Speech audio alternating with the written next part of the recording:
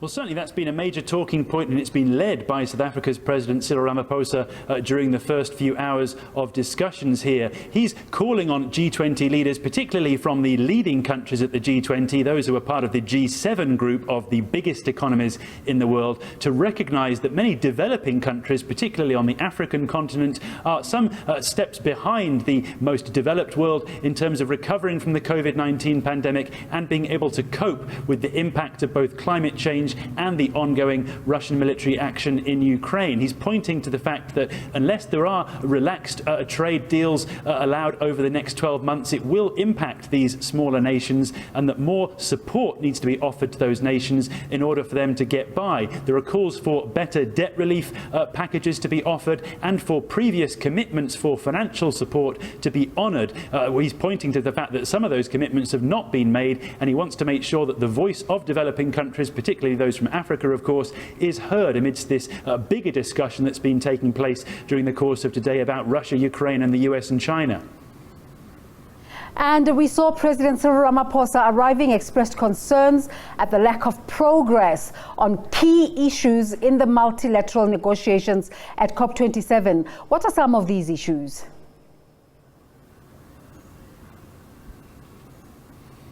Well, one major concern for South Africa and African countries is a lack of support for those countries to meet global targets with regards to climate change. Again, he's making the point that it's somewhat easier for countries with vast resources at their disposal to find ways to innovate technologically or find alternative means of securing the necessary energy supplies to meet those COP27 targets. As a result, he'll be seeking bilateral agreements with some of the countries here at the G20 to bring more support to the African continent to make it easier for them to meet those targets. He's actually just about now beginning a bilateral meeting with China, during which there are expectations that renewable energy and clean energy technology sourcing will be a principal subject of discussion. There'll be an announcement later this evening local time where we're expecting to hear more about that. It's really down to South Africa ultimately to represent Africa at the G20. It's important to remember there is no other African country at the table here, although there is an observer membership offered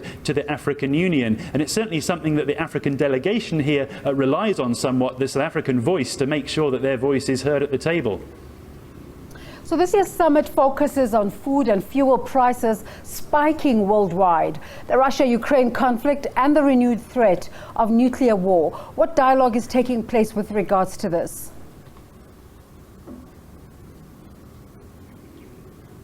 Well, there's huge pressure on Russia, certainly, to withdraw from Ukraine. That's been really the major talking point of this first morning of global leader discussions. The US President, the UK Prime Minister leading calls for the rest of the G20 nations to get behind ramping up the pressure on Moscow to immediately de-escalate the situation in Ukraine. There was also a video address from the Ukrainian President, Volodymyr Zelensky. He made pointed and repeated references during that address to the G19. He deliberately eliminated Russia from the equation in his address, making it clear that he needed an immediate de-escalation of military activity in Ukraine for the sake of the country and also for the sake of the fuel and food supply that is indeed affecting much of the rest of the world, particularly in Africa. So that's been a major talking point. There's also hopes that there can be some form of progress on this with regards to the future of the G20, because India will be taking over the G20 next year, and it is one of the biggest countries to not really make itself heard on the issue of Russia. It's been deliberately taking a more objective stance over Russia, and it's under pressure right now from the British Prime Minister, who's been meeting with the Indian leader Narendra Modi, trying to get him to speak out more on the issue of Russia. Richard, another big talking point, that meeting between US President Joe Biden and Chinese President Xi Jinping on the first meeting for the first time in person since Biden took office. What do we know thus far about this meeting and what transpired there?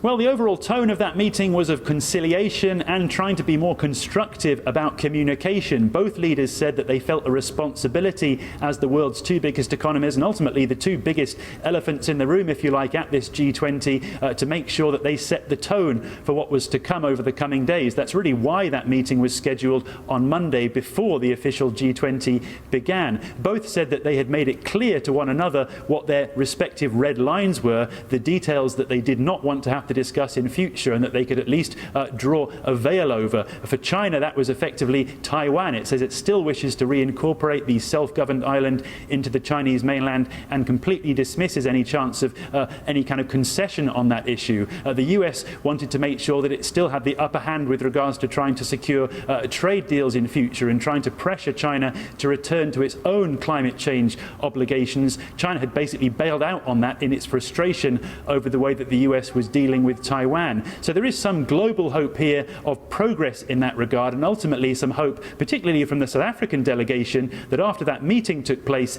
the next 2 days will no longer be dominated by talk and worries about that US-China relationship. And there's hope then that that could open the door for more constructive and more progressive dialogue to help developing nations in Africa and around the world to get by with their own climate change struggles.